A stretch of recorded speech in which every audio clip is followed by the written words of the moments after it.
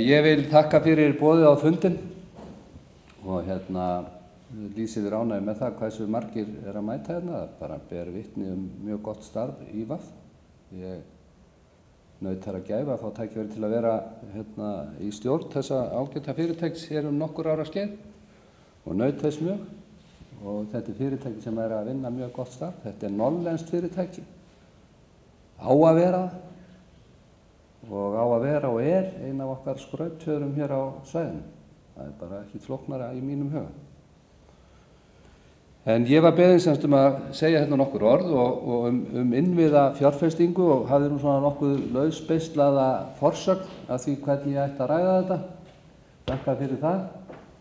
Og ég riggaði þessu upp seinni partinn í gær og þegar við erum að ræða uppbyggingu innviða og stefnu ríkisstjórnarinnar í þeim efnum, þá að mínum mati óhjákvæmilegt að gaumgæfa áherslur og verk þessara sömu ríkisstjórnar sem að setið hefur nú við völd í rúm 3 ár og í meginatriðum með einni setningu mætti orða þetta með þeim hætti að hún hefur verið í raun að byggja undir raunverulega getu til þess að fjárfesta af einhverju skynsamlegu viti í innviðum landsins. Megin áherslan hefur í störfum stjórnarinnar verið að loka fjárlagagatinu, lækka skuldastöðu, bæði með uppgreiðslu lána og ekki síður með því að hlúa að stöðugleika og verðmætasköpun í landinu. Og áður en ég get ætlast til þess að draumar mínir fjárfestingar í innviðum á svæðinu hér eða á landinu öllu rætist, þá þarf ég að vera fullviss að það sé innistæða og forsendur fyrir þeim sömu draumum að þeir geti fullnustast. Og ég þeirrar skoðunar að sá tími sé runninn upp, að við getum raunverulega tekist á við öfluga og bráðnauðsynlega uppbyggingu innviða hér á landi. Við þekkjum það öll að í kjölfar efnahagshrunsins lentu tugþúsundir einstaklinga og fyrirtækja í fjárhagslegum hremmingum og hagur samfélagsins alls hrörnaði stórum. Það saga sem við öll þekkjum og ég vil þá líta hér í mínu stutta erindi til þess hvernig hefur tekist til við að styrkja þær megin stoðir okkar sem allt byggir á. Það að efla hag almennings og fyrirtækja sem að endurspegla svo ágætlega í stöðu okkar sameiginlega sjóðs, það að segja ríkissjóðsins. Og hver þá staðan og hvað hefur verið gert? Ég fullyrði það að það sé bjart yfir íslensku efnahagslífi. Og það ekki bara einhvern raus, ég get sótt mér staðfestingar víða til þess að staðfesta þetta, staðreyndir einfaldlega, hagvöxtur á milli ára 4–5%, horfur þar góðar, launavísitala hefur hækkað 12,5% frá miðju síðasta ári til sama tíma á þessu ári, verðbólga einungis rétt rúm 1% síðustu 12 mánuði, kaupmáttur launa hefur aldrei verið meiri, búferlaflutningar til landsins eru jákvæðir, eftirspurn á vinnumarkaði, skráð atvinnuleysi var 2% í sumar og það má gera ráð fyrir að meðaltali verði atvinnuleysi á árinu 2,3%. Á starfstíma þessar ríkisstjórnar hefur störfum í landinu fjölgað 17 til 18.000 sem jafngildir 450–500 störfum í hverjum einasta mánuði frá því að þessi ríkisstjórn tók til starfa. Og þar af í þessum starfafjölda einungis áætlað í ferðaþjónustunni megi gera ráð fyrir að við fjölgaðu á milli áranna 2015 og 2016 3.500 störf og það gert ráð fyrir því núna í mati opinberra aðila að 2,3 af öllum nýjum störfum árinu 2016 á vinnumarkaði verði innan ferðaþjónustunnar. Þá einnig vert að geta þess í þessu sambandi þegar maður ræða stöðuna að eignastaða íslenskra heimila hefur styrkt verulega og á síðasta ári lækkuðu skuldir einstaklinga vegna íbúðakaupa nær 60 milljarða króna.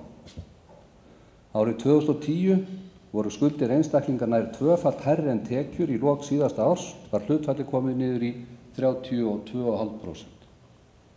Ástæða þessarar lækkunar og þessa bata tvíþætt. Annars vegar hærri tekjur og hins vegar lægri skuldir. Og ég fullyrði að það hafa orðið gríðarleg umskipti í ríkisfjármálum í tíð þessar ríkisstjórnar. Það hafa verið gerðar róttækar og vissulega umdeildar breytingar á ýmsum sköttum og gjöldum. Þar skiptir að mínu mati mestu að almenn vörugjöld hafa verið afnumin, tollar hafa verið lækkaðir og felldir niður og stendur til að gera enn meira núna næstu áramót.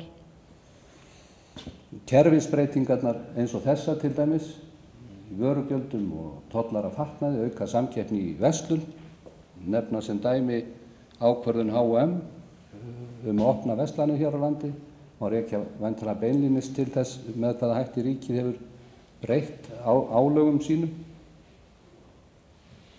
Auki hafi verið gerðar breytingar á tekjuskatts- og virðisaukaskattskerfinum, hvoru tveggja til lækkunargjalda en ekki síður til einföldunar á kerfunum.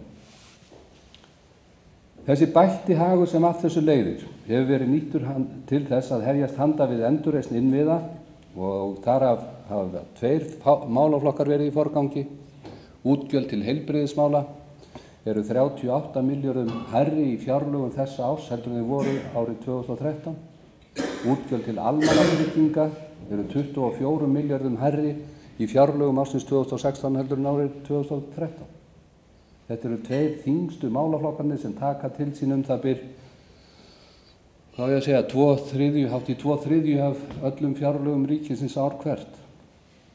Það hafa sömuleiðis átt sér stað miklar umbætur á íslensku vinnumarkaði, fyrst með gríðarlega umfangsmiklum kjarasamningum og hækkun launastigs í kjarasamningunum í opinbera stéttir og almennum vinnumarkaði og í framhaldinu samkomulag sem gengið hefur undir nafninu SALEG. Á þeim grunni svo gengið til samkomulags í einhverju allra stærsta máli sem vinnumarkaðurinn hefur glímt við og tekist á í áraraðir, það er að segja jöfnun lífeyrisréttinda. Ríkisstjórnin ákvað að nýta hluta þessa svigrúms sem skapaðist með stöðugleikaframlagi föllnu bankana til að koma á jafnræði í lífeyrismálum landsmanna, leið er stefnt að því að jafna launakjör á opinberum og almennu vinnumarkaði. Eitt samræmt lífeyriskerfi fyrir alla landsmenn skiptir miklu.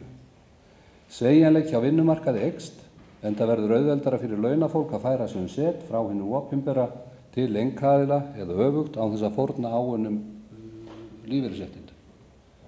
Og 120 milljarða framlag kemur frá ríki og sveitarfélögunum samhliða breytingunum á fyrirkomulegi réttindaáherslur og þetta stuðlar að sjálfbærum rekstri lífeyrissjóða og opinberra starfsmanna.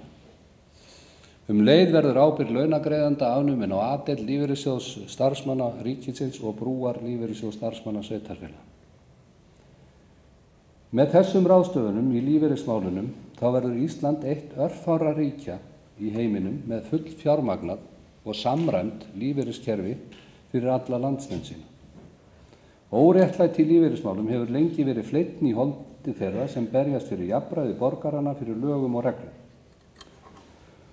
Og hafa allar þessar ráðstafanir ekki sett ríkissjóð á hausinn? Spurt. Það ekki búið að setja á auðlegðarskatt. Það ekki búið að hækka tekjuskattinn. Og ég tala nú um helvítis veiðilegagjald. Það ekki búið að hækka það.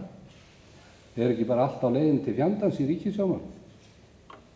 Svarið við þessum spurningum einfalt. Það bara nei. Staðreyndin sú að það stefnir í að afgangur á ríkissjóði verði einhvers staðar 300 milljarðar króna á þessu ári. Í 3 ár í röð hafa fjárlög verið afgreidd með afgangi. Ríkissjóður greiddi á síðasta ári 150 milljarða fyrirfram af innlendum og erlendum skuldum sínum. Skuldir ríkissjóðs hafa lækkað gríðarlega og verða komna niður fyrir 50% af vergri landsframleiðslu á þessu ári. Lánshæfi ríkissjóðs hefur stórbatnað. Við greiðum nú tæpa 70 milljarða í vexti í stað rúmlega 90 milljarða fyrir fáeinum árum. 25 milljarða lægri vaxtagreiðslur gefa okkur fullt færi til styrkinga innviða og betra lánshæfi ríkisins smita síðan út í alla aðra starfsemi samfélagsins.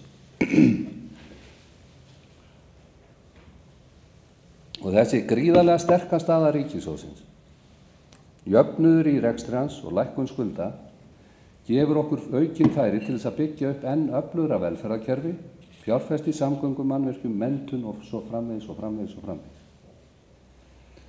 Það sem ég raki hér að framan forsenda þess að við getum ráðist í umfangsmiklar og nauðsynlegar innviða fjárfestingar. Það algjörlega ástæðulaust í mínum huga í þessu ástandi að boða hækkun skatta í nafni félagslegs réttlætis. Það eina sem auknar álögur gera að þær draga úr svigrúmi sem fólk og fyrirtæki hafa nýtt afar vel á síðustu árum í þágu þjóðarhags. Það að drepa niður frumkvæði þessum efnum með skattheimtu og ofstjórn mun ekki leiða til neins annars en þess að stjórnvöld munu á endanum þurfa að grípa til þess ráðs að veðsetja framtíðina og gefa út víxla á komandi kynslóðir. Meginverkefni okkar ætti að vera það að einfalda skattana, einfalda skattkerfið. Það þarf ekkert endilega að lækka skattaálögur í heildina. Með sama hætti ættum við að ganga til þess að einfalda regluverk og gera fólki og fyrirtækjum einfaldar að koma sér fyrir og hefja starfsemi nýja án þess að draga endilega úr gæðum eða öryggi að þeir verki sem að eftirlitinu er ætlað að sinna. Ef við kíkjum aðeins á áætlanir ríkisstjórnarinnar og horfum þá fyrst á ákveðna þætti. Það er sem ég nefndi hér ferðamennina, gríðarlega mikilvægt atriði að við fáum einhvern veginn fullnustu fyrir því að stefna okkar verði til þess að ferðamenn heimsæki allt Ísland, allan ársins hring. Grundvallaratriði í þessum efnum ekki það að okkur skorti hér út á eins og þessu svæði einhver tækifæri fyrir ferðamenn til upplifunar. Ég leyfi mér að fullyrða þá, það engin norðlenskt grobb í því að tækifæri til afþreyingar, náttúru skoðunar og svo framvegis hér í okkar landshluta engu síðri, engu færri, ekki ómikilvægar eða með minna aðdráttar heldur á Suðurlandi. Vandinn okkar út á landsbyggðinni liggur í því að við liggjum ekki nægilega vel við samgöngum. Það mjög einfalt mál.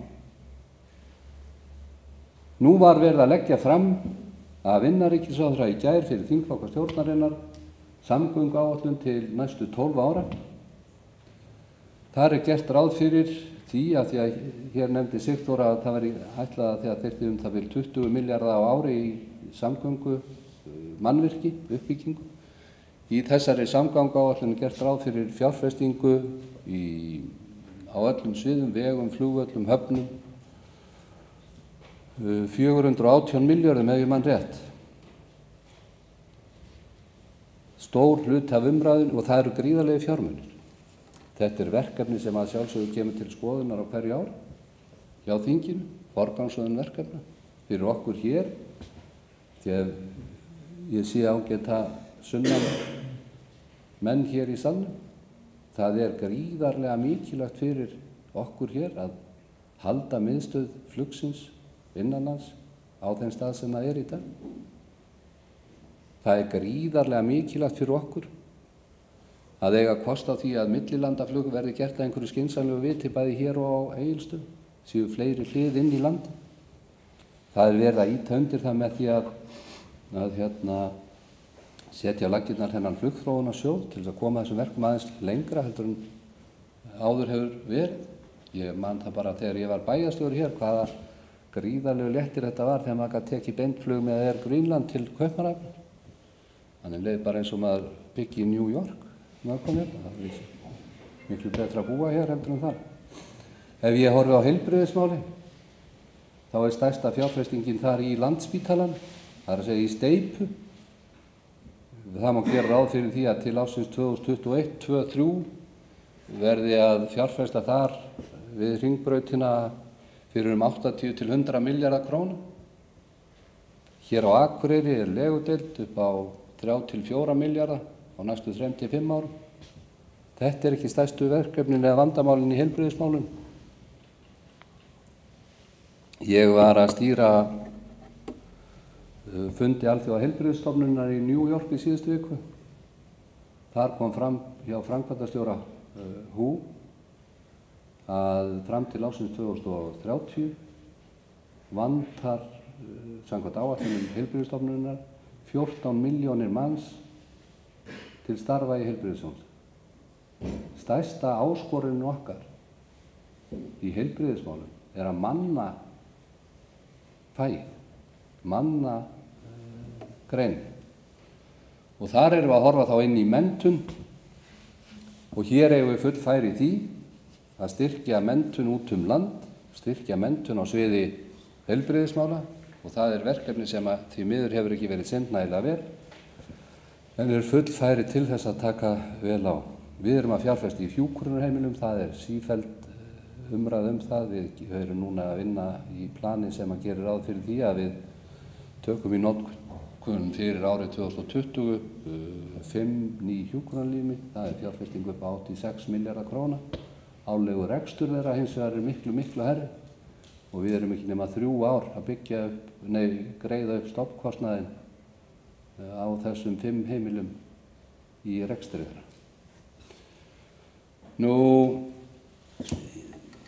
Fleiri atriði get ég nefnt.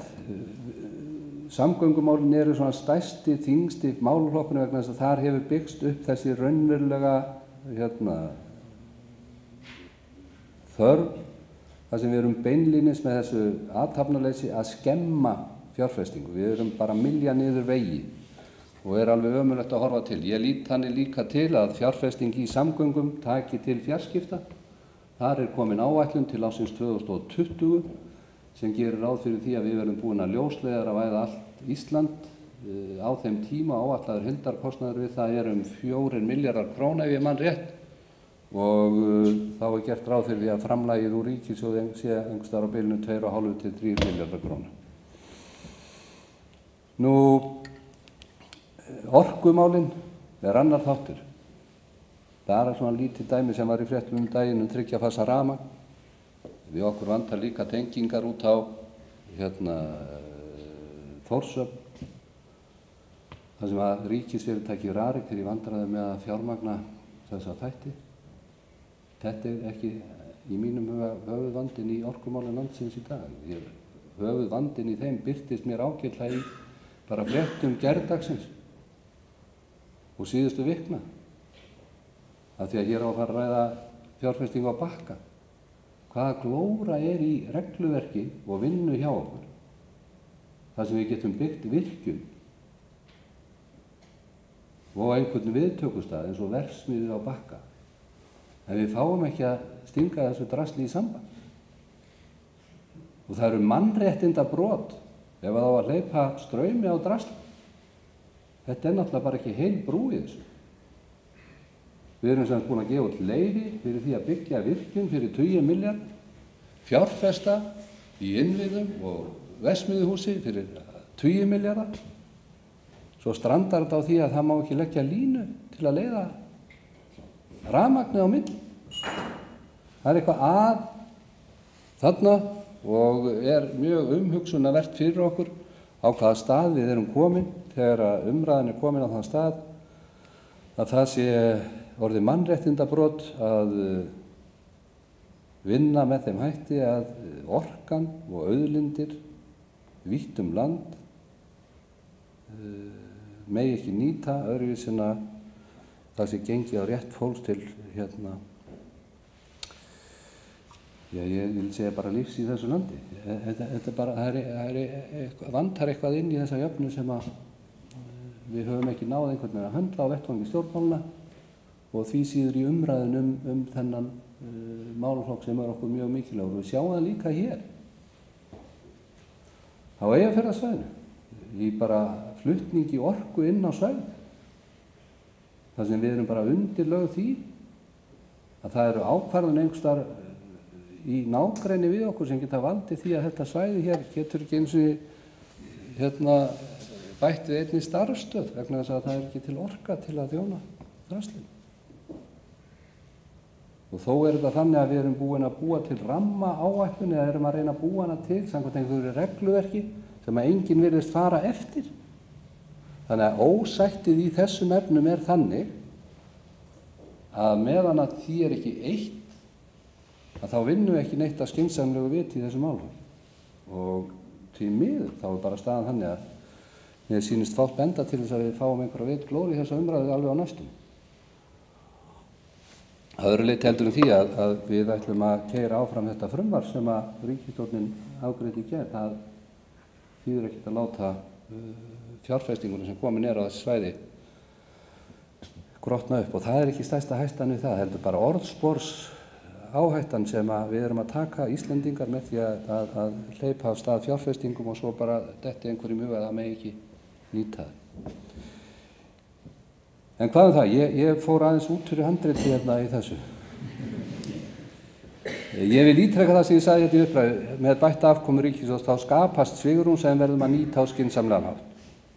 Það er algjör forsenda í mínum huga, uppbyggingar á öllum sviðum, að skuldir ríkis og sveitarfélaga verði innan skynsamlega marka. Einungis á þann hátt er hægt að tryggja sterkari innviði. Ég er þeirrar skoðunar og tel mig geta staðið við það hvar sem er, að ég tel að þessi ríkisstjórn hafi náð mjög miklum árangri og skapað hér stöðugleika og grunnundi stöðugleika í efnahagsmálum sem að sé þessi forsenda sem ég er að tala um. En því miður þá virðist mér á umræðinu að það sé stutt í að hömluleysi taki völdin og allir vilja allt verði gert strax. Því miður er tilhneiging hjá óábyrgum öflum að nýta sér þetta hugarástand og bjóða öllum gull og græna skóga strax í gær. Því miður er það einnig svo að ef að ríkið á að bregðast við og hrinda í framkvæmd öllum þeim óskum sem að því beinast, gera þetta allt á sama tíma og allir aðilar í þjóðfélaginu er að fjárfesta á sama tíma og byggja sig upp, þá er slíkt verklag fyrst og fremst ávísun á verðbólgu og versnandi kjör almennings. En sem betur fer þá upplifir þetta þannig að flestir gerir sér nú grein fyrir því og skynji þá eigin kroppi að efnahagsástandið er almennt gott. Sem betur fer þá er innistæða fyrir þeirri bjartsýni. Sem betur fer þá erum við að vinna áætlanir til lengri tíma tekjur og útgjöld ríkissjóðs. Og sem betur fer þá er nú unnið að langtíma áætlunum innviða uppbyggingar á ríkinu á grunni langtíma áætlunar fjármál ríkisins. Og sem betur fer þá hefur náðst að skapa þann stöðugleika sem er grunnur þeirra miklu uppbyggingar sem er nauðsynleg á næstu árum. Og ég ætla að enda þetta á þeirri staðhæfingu minni að ég þykist skynja að það er aukinn skilningur á því að stöðugleiki skipti alla máli og ekki síst heimilin í þessu landi. Ég held að það sé orðið mjög mikill og ágætur samhljómur meðal almennings í þeim efnum. Takk fyrir og gangi ykkur allt í haginn.